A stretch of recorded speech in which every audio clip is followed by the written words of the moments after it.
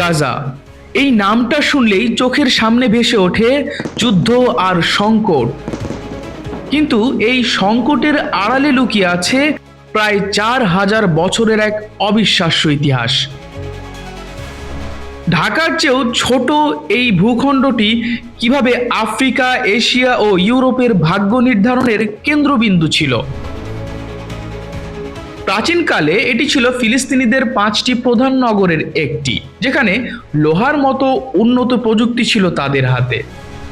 Alexander থেকে Roman সবাই এই মাটির দখল চেয়েছে এর কৌশলগত অবস্থানের জন্য।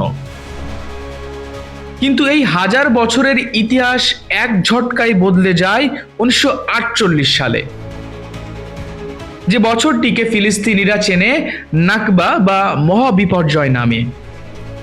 ইসরায়েল রাষ্ট্র প্রতিষ্ঠার পর প্রায় 7 লক্ষ ফিলিস্তিনিকে তাদের ঘর বাড়ি থেকে বিতাড়িত করা হয়। শত শত গ্রাম মানচিত্র থেকে মুছে ফেলা হয়।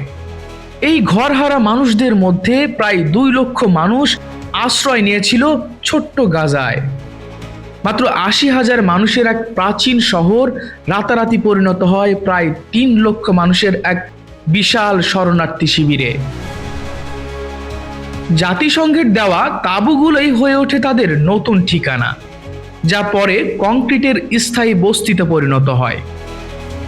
এভাবেই জন্ম হয় আজকের গাজার, যেখানে প্রায় 21 লক্ষ মানুষের 80%ই শরণার্থী বা তাদের বংশধর। 3 প্রজন্ম ধরে তারা এমন এক বাড়ির স্বপ্ন দেখে যা তারা কখনো চোখেও দেখেনি।